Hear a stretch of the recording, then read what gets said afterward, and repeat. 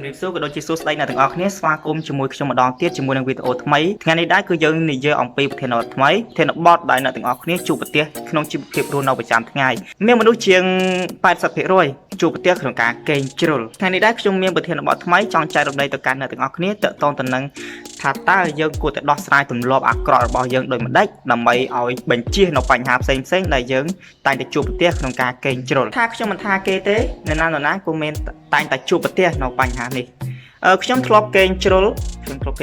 រហូតដល់ម៉ោង6ម៉ោង7ឬក៏ម៉ោង8នោះនេះគឺជាបញ្ហាមួយដែលរាំងស្ទះនៅសកម្មភាពរស់នៅប្រចាំថ្ងៃរបស់យើងកាលណាយើងកេងជ្រុលអញ្ចឹងគឺវាខាតបង់នៅពេលវេលាសម្រាប់ធ្វើកិច្ចការអ្វីផ្សេងទៀត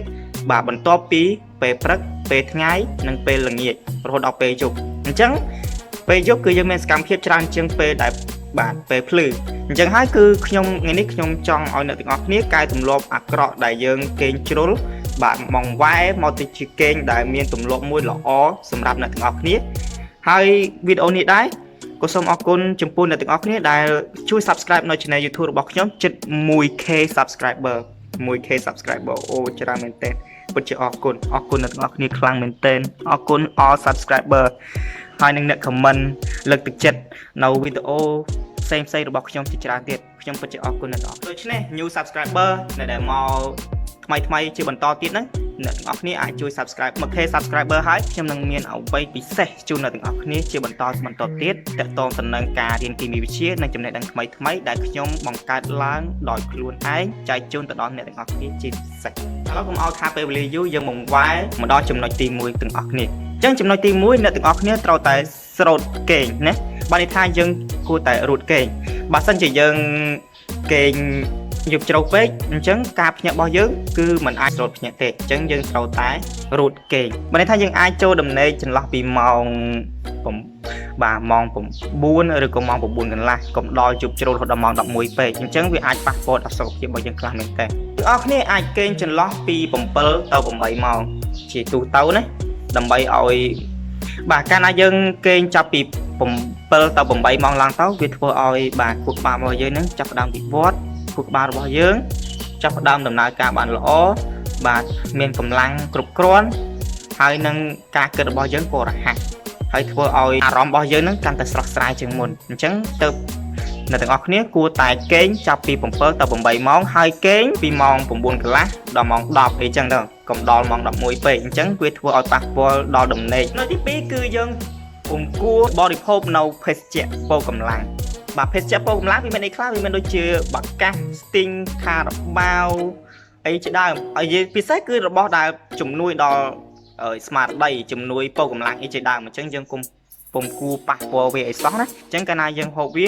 ធ្វើឲ្យយើងមិនងាយគេងទេអញ្ចឹងកាលណាយើងមិនងាយគេងអញ្ចឹងការក្រោករបស់យើងក៏ក្រោកដែរមិនងាយក្រោកទេអញ្ចឹងយើងកុំពិសានៅភេសជ្ជៈអីផ្សេងជាដើមឧទាហរណ៍ថាកាលខ្ញុំថ្នាក់នេះ12ខ្ញុំធ្លាប់មានបញ្ហាគេងមិនងាយក្រោកនឹងដែរដោយសារតែកាលនោះយើងគិតបាទកាលនោះយើងបរិភោគនៅភេសជ្ជៈពោកម្លាំងដើម្បី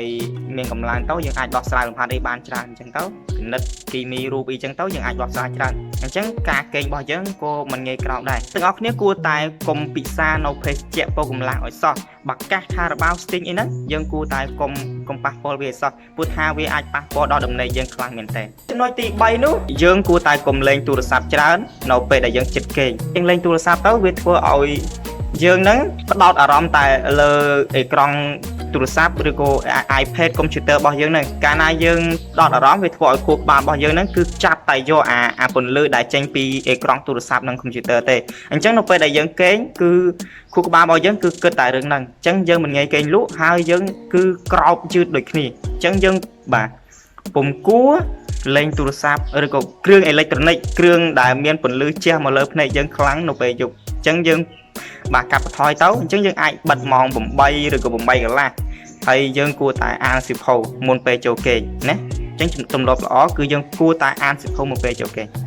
ទី4គឺយើងកុំផឹកទឹកច្រើននៅពេលយប់ជាទម្លាប់របស់ខ្ញុំ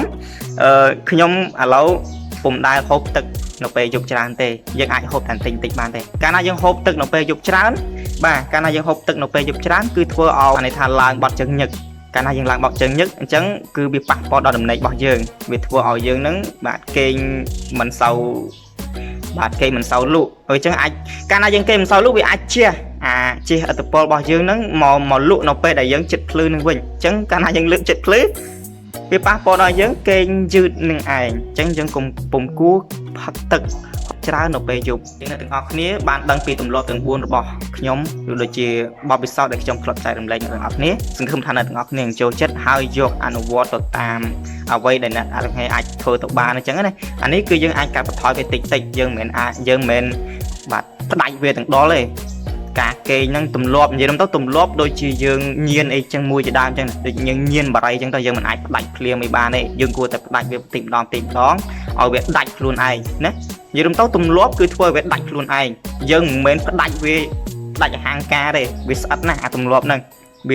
វាគឺជាបើសិនជាយើងកែទម្លាប់អាក្រក់ហ្នឹងមកជាទម្លាប់ល្អគឺលឿនណាគឺសំទោសគឺយូរកែទម្លាប់អាក្រក់មកល្អហ្នឹងគឺយូរប៉ុន្តែបើសិនជាយើងកែទម្លាប់ល្អទៅអាក្រក់វិញលឿនណានិយាយទៅអាទម្លាប់អាក្រក់ហ្នឹងគឺស្រួលធ្វើជាងអាទម្លាប់ល្អអាទម្លាប់ល្អហ្នឹងគឺពិបាកធ្វើប៉ុន្តែបើសិនជាយើងកែអាទម្លាប់ល្អហ្នឹងបានវាធ្វើឲ្យជីវិតរបស់យើងហ្នឹងវាកាន់តែប្រសើរឡើងហ្នឹងគឺជាចំណុចមួយដែលអ្នកទាំងអស់គ្នាគួរតែស្វែងយល់ដឹងអូខេអញ្ចឹងវីដេអូថ្ងៃនេះមានតែប៉ុណ្្នឹងទេសង្ឃឹមថាអ្នកទាំងអស់គ្នានឹងចូលចិត្តហើយកុំភ្លេចជួយចុច like និង subscribe នៅ channel YouTube របស់ខ្ញុំម្នាក់មួយផងអរគុណខ្ញុំសង្ឃឹមថាអ្នកទាំងអស់គ្នានឹងពេញចិត្តនៅវីដេអូមួយនេះខណៈពេលនេះដែរខ្ញុំបាទ Rann Sokly សូមអរគុណសូមជម្រាបលាជួបគ្នានៅវីដេអូក្រោយៗ